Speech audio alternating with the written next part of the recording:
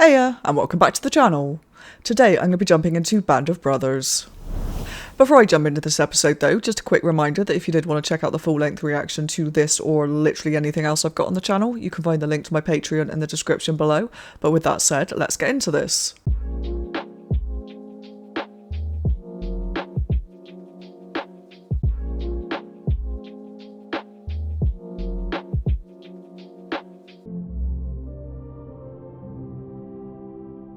I'm actually really looking forward to rewatching this. I mean, I say really looking forward to. I think mostly it's because, like, the first few episodes, definitely, I think I was finding it quite difficult to kind of keep track of who was who, because there was just, like, such a big cast. And now that we've got to know them a lot more, I think it's going to be interesting to go back and watch those earlier episodes with the context. Points. I have goosebumps and I have no clue why. It was more than 3 years since Lewis Nixon and I decided to join the paratroops. I certainly didn't expect to find myself at a place like this. Ducks.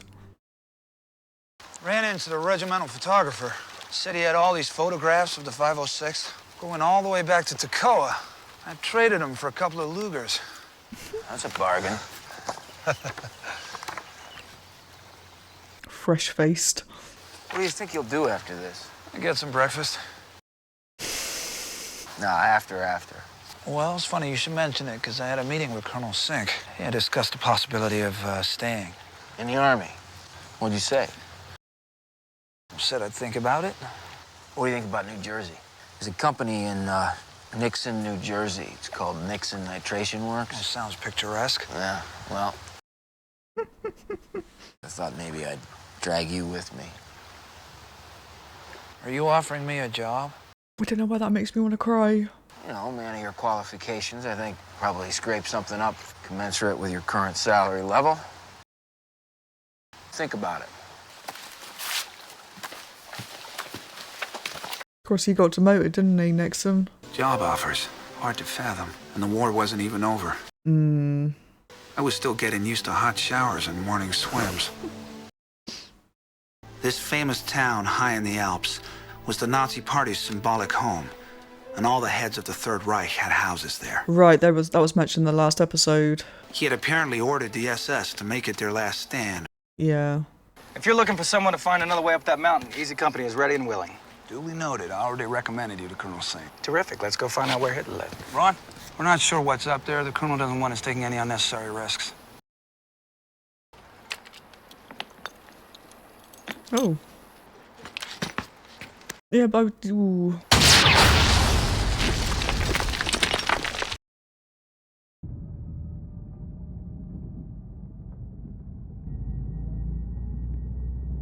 I was hoping this episode might be less war-y. About right there. When I say less war-y, I mean, like, I just... It's the last episode. It's pretty much done. I don't want... Oh, hello. I don't want people dying when it's so close to the end. No.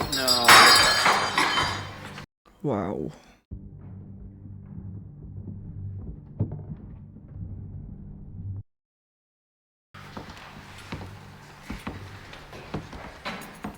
Please be careful.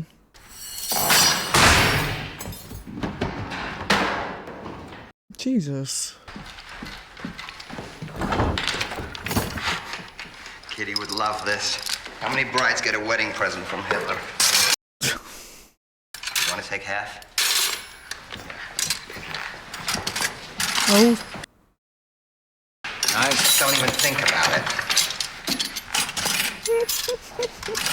Oh, bless him. He's already got a load of stuff, and he has spears.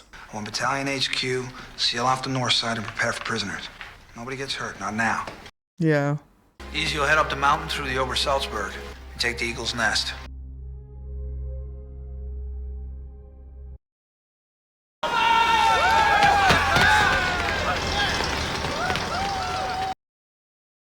A mountaintop stone retreat, 8,000 feet up, accessible by a gold-plated elevator. And the man was afraid of heights. twat.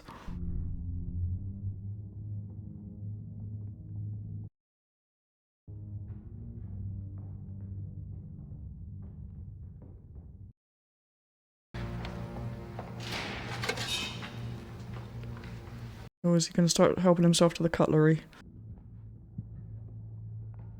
Oh.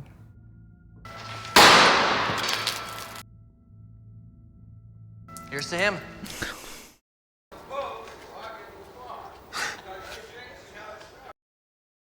Hey, Adolf!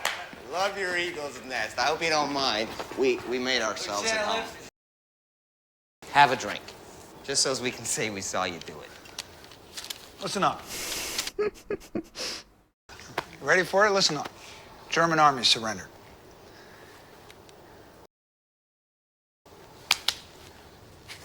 I got a present for you. Come on. Everyone looks in shock. Herman Goering's house. We discovered it yesterday.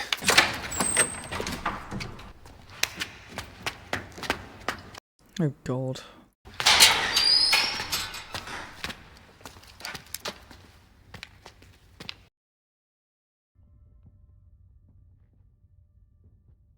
$10,000 bottles of the world's finest liquor, wine, and champagne helped Easy Company mark the day the war in Europe came to an end.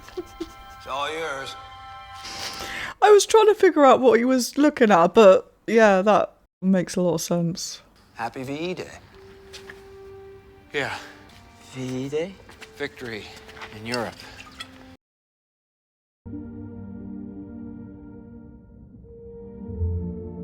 Wow. So you reckon they'll make us run up those or ski down them? It's really sad that there's so few familiar faces in this last episode. The war is over!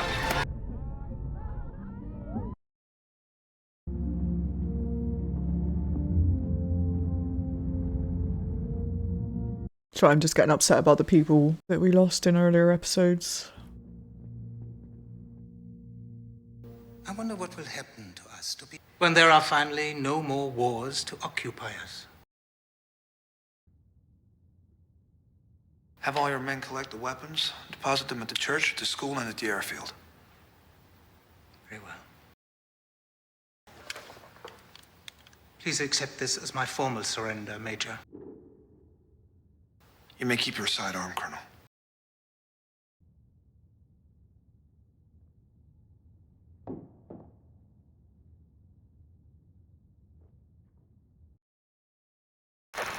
Along the Jap southern defense line, the Yanks progress slowly, facing one of the fiercest artillery barrages of the war. So, when are we going? We don't have a date yet. We gonna tell the men right away? Some of them will have enough points to go home instead. Not many. Jesus. But I want those veterans who are staying, all new replacements ready to fight. That means daily close order drills, that means troop reviews, but above all, it means physical training. They're gonna love you. Yeah. You let him get away. Army ought to be glad to be rid of you. I wish, you know. Seems they want me to stay around a while. Shit. How many points you need? 15? 15? Jesus Christ, I thought I had it bad. General Taylor is aware that many veterans, including Normandy veterans, still do not have the 85 points required to be discharged. He has authorized a lottery to send one man home in each company, effective immediately. Oh. For Easy Company, the winner is Sergeant Darrell C. Powers. That's how it... General Taylor has also announced we'll definitely be redeployed to the Pacific. Beginning tomorrow at 0600 hours, we will begin training to go to war. Hmm. You got everything you need? Yes, sir. I gathered up my loot. Pistols, mainly. I even got my back pay in my pocket. Back home in Virginia, I just don't rightly know how I'm going to explain all this. You're a hell of a fine soldier, Shifty. There's nothing more to explain. Thank you, sir.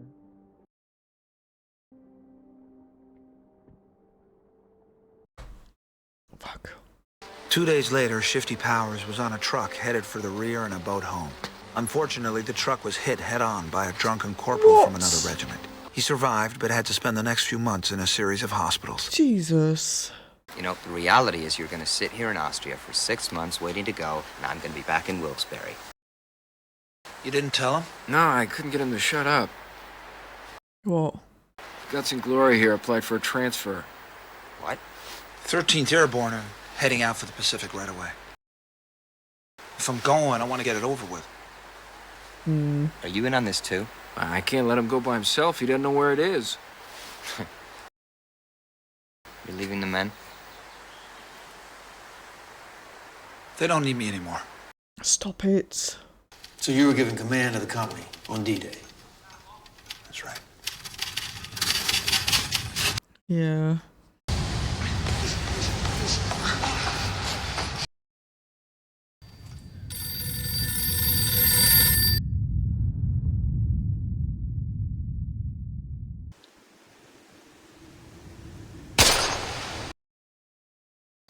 I fired my last shots there. Well, the whole damn war. You got through Bastogne without having to fire your weapon. That is correct, sir. And you were on the line the whole time. Can't imagine a tougher test for a leader. Why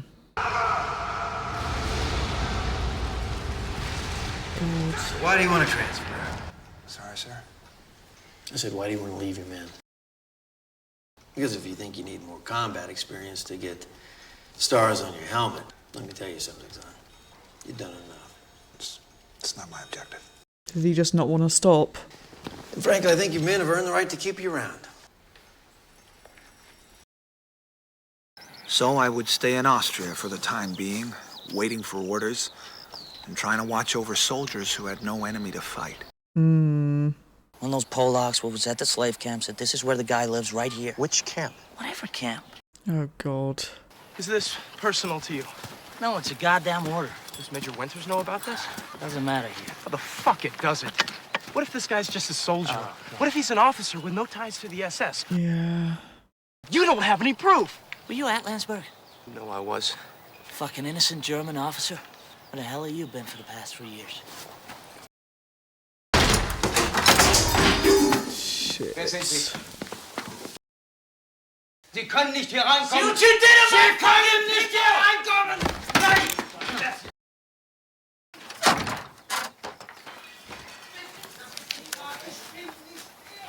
I randomly thought he was getting a phone out of his pocket then to phone Winters.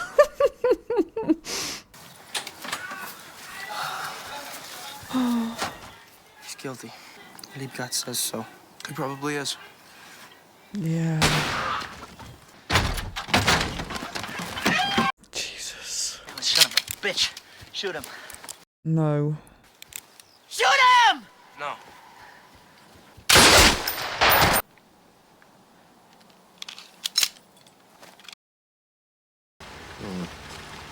Go ahead, take off. It's my turn. Okay, see you back at the farm.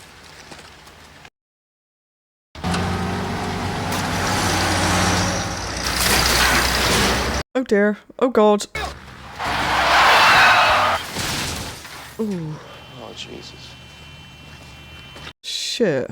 It's Private Janowek.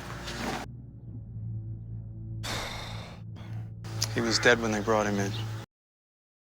75 points. What? He was 10 points short. The enemy had surrendered, but somehow men were still dying. Yeah. Young men who wanted to be home with their families by now, who'd served with distinction since before Normandy, were stuck here because they didn't have the points. What they did have plenty of were weapons, alcohol, and too much time on their hands. Wait here. Oh God. You okay, Matt? You need some help? They wouldn't give me any gas. Krauts. Shit. I tried to explain. This fucking limey wouldn't listen. I think he was a major. Wow. Private, we got a problem here.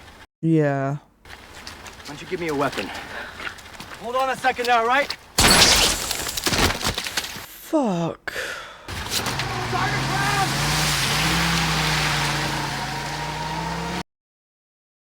Jesus. He's not gonna make it. You need a brain surgeon. Shit. You find the shooter. I want him alive. Come on, help me. Oh. I'll find a brain surgeon. Oh. Hey, Lee. You want a non-com guarding each roadblock and at least 2 men watching every road out of town. Oh, are we getting him? Should we shoot this bastard on sight? Try and take him alive. Where's Grant now? They took him to a crowd hospital, said they could drum up any good doctors. Get in the Jeep now. What happened to him? He was shot in the head. Right. Come on. If you want him to live, you'll help me. First, by putting that away. I mean, that's fair. Oh, bless Spears, though. I should go in there and stop this. Boyd, let's just play cards, all right?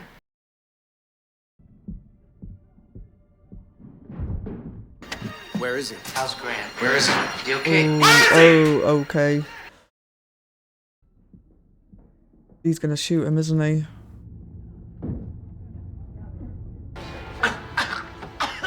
Is him? That's him. Replacement. Our company. Where's the weapon? What weapon? Whoa. When you talk to an officer, you say, sir.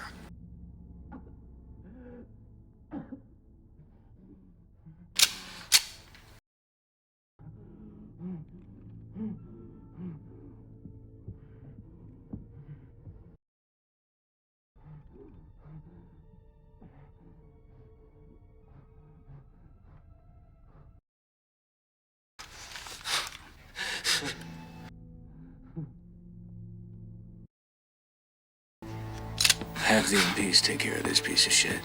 Grant's dead? No. Crowd surgeon says he's gonna make it. Oh, Jesus. Sir, I'd like to resign as company first sergeant. If I have my choice, I miss being back amongst the men. You want to take over Sergeant Grant's platoon? That would do fine, sir. All right, then report to Lieutenant Peacock. Let me know if he gives you any trouble. Oh, sir, you make your decision yet? Yeah, I did. Right, if he's going, or? I know Easy Company's gonna need a commanding officer post-war, somebody to hold their hand, keep them from killing each other. So you've decided to stay in the Army? Yes, I'm gonna stay with the men. Well, I'm glad to hear it. So some of us would stay by choice, but others were stuck here unless we could find excuses to send them away. They have one of every Allied combat plane they've used in the war. You'll be like a technical advisor and make sure they get everything right. Sorry, it's not a more hospitable location. No, sir. Paris is just fine. You know, if you need me to go, someone has to be there. Yeah, we do. We absolutely do. I don't think we'll see you back here anytime soon. I won't let you down, sir.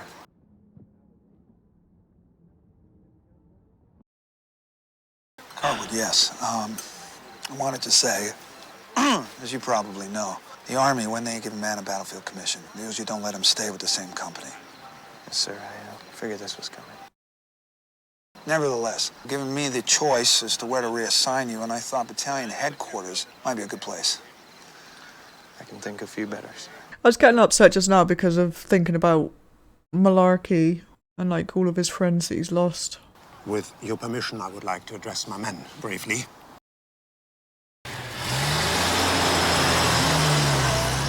Oh. Sobel. Captain Sobel? Major Winters? Captain Sobel. Please, stop. We salute the rank, not the man.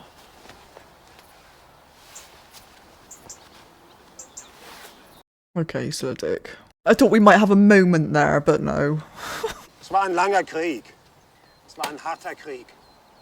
Man, it's been a long war. It's been a tough war. We fought bravely, proudly for your country.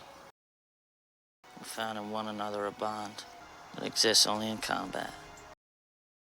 Among brothers, we've shared foxholes. Und gemeinsam gelitten haben. We've seen death and suffered together.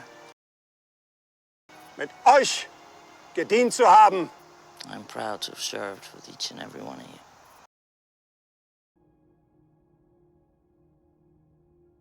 Applies to both sides, doesn't it? I mean, obviously it does. That's kind of obvious, but... New Jersey, huh? Think about it. Yeah, I am. You awake yet?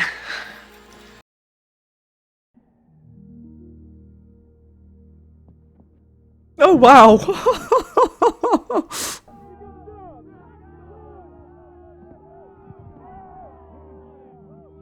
Okay, this is more like it. Buck Compton came back to see the company to let us know that he was all right. Oh. He became a prosecutor in Los Angeles. Bless him. David Webster became a writer for the Saturday Evening Post and Wall Street Journal. In 1961, he went out on the ocean alone and was never seen again. Oh, shit. Johnny Martin would return to his job at the railroad and then start his own construction company. George Luz became a handyman in Providence, Rhode Island. 1,600 people attended his funeral. Bloody hell. In 1998. 1998. Doc Rowe died in Louisiana in 1998. Joe Liebgott returned to San Francisco and drove his cab. Bull Ranneman was one of the best soldiers I ever had. He went into the earth-moving business in Arkansas. He's still there. Alton Moore returned to Wyoming with a unique souvenir, Hitler's personal photo album. Oh, God. How we lived our lives after the war was as varied as each man. Carwood Lipton became a glass-making executive in charge of factories all over the world. Harry Welsh, he married Kitty Grogan, became an administrator for the Wilkes-Barre, Pennsylvania school system. Ronald Spears stayed in the Army, served in Korea, in 1958 returned to Germany as governor of Spandau Prison. Wow. Easy company! School circle! For Easy Company, it was D-Day plus 434. Shit. This morning, President Truman received the unconditional surrender from the Japanese. War's over. Nice. Each man in the 101st Airborne would be going home. Each of us would be forever connected by our shared experience, and each would have to rejoin the world as best he could. Yeah. That's the tough bit, isn't it? Lewis Nixon had some tough times after the war. He was divorced a couple of times. Then in 1956, he married a woman named Grace, and everything came together for him. My friend Lou died in 1995. I took up his job offer and was a personnel manager at the Nixon Nitration Works until I was called back into service in 1950 to train officers and rangers. I stayed around Hershey, Pennsylvania, finally finding a little farm, a little peaceful corner of the world, where I still live today.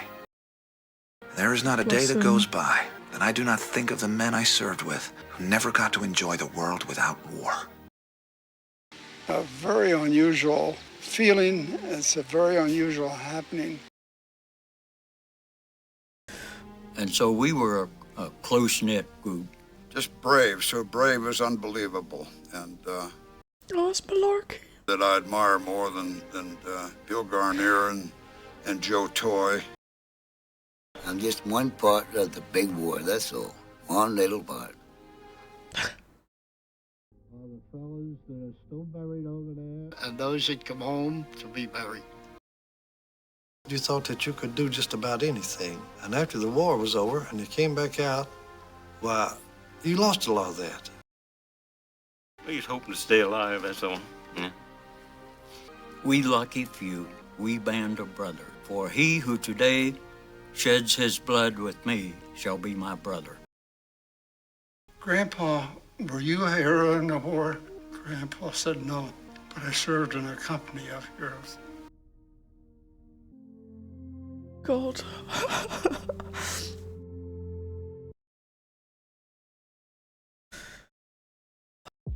I didn't expect that bit at the end when they showed who was who, like with the names. I didn't expect that to upset me. God.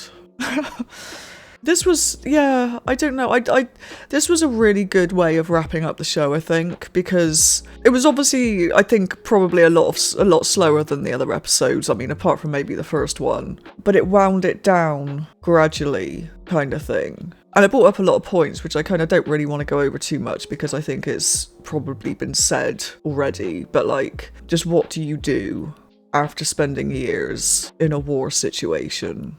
Like, how do you go back to normal life? And I know the answer to that is you don't, or rather you try to, and I guess just like PTSD and all the other shit that comes with it. And it's kind of no wonder that people struggle with that, because you go from being on high alert at all times terrified for your life and expecting to die at any second, to everything is normal. And that has got to be a shock to the system, and that would take a long time, if ever, to just get over. And I guess as well, you know, to some extent, when you're still fighting and when you're just being thrown from one situation to another, you don't have time to stop and think. Whereas when you do stop, when the war is over and when you go back home and there's no more fighting to do, that's when it's all going to catch up with you. You may have been absolutely fine during the war, you may have been one of those that copes really well with those situations, but maybe that's because you haven't had a chance to stop and think about it. But yeah, there was a lot of bits in this episode that I really enjoyed, like how Winters was trying to get everybody to safety so they wouldn't have to go to Japan, and I loved the bit when we heard, obviously, Winters talking about what everybody was doing and what they went on to do and stuff when they left the army. And I'm very proud of Spears for not shooting that guy, the one that shot Matey, because yeah, that would have taken a lot of restraint. But yeah, really good episode, really good series overall. Just I was going to say really enjoyable. It wasn't enjoyable. It was actually really highly stressful, but I'm glad I watched it. And like I said during the intro, I do want to go back and rewatch it now that I'm more familiar with all the faces, because I'm going to have more context when I go back and watch those earlier episodes when I was perhaps not sure who was who. So that's going to be good. And also, I've been told that there's like a follow-up to this. There's like a documentary style show, I think, where it's interviewing the veterans that we saw at the beginning and end of these episodes. So that is going to be coming next week, hopefully. I think it's quite long. I think it's about an hour and a half, actually. So I'm hoping it's going to come next week, because it is going to take me a little bit longer to edit, so I don't know. But it is definitely coming. If it's not next week, it'll be the week after. But yeah, that one is definitely on the horizon. Also, I am aware that there is another show called Pacific. I'm not sure how it's connected. I think it might be because it's Tom Hanks and Steven Spielberg again. I might be mistaken though. But anyway, yeah, I am aware that that exists, but I'm not going to be jumping into it straight after this. That will go on my list of shows to be voted for in the future. So yeah, that will be coming up on polls. If it wins, I will obviously react to it. If it doesn't, it will have to wait for a little bit longer. But we will see. Anyway, I think I'm going to wrap this up, but as always, if you've enjoyed this reaction, don't forget to like the video and subscribe to the channel. Otherwise, I will see you in another video. Bye bye.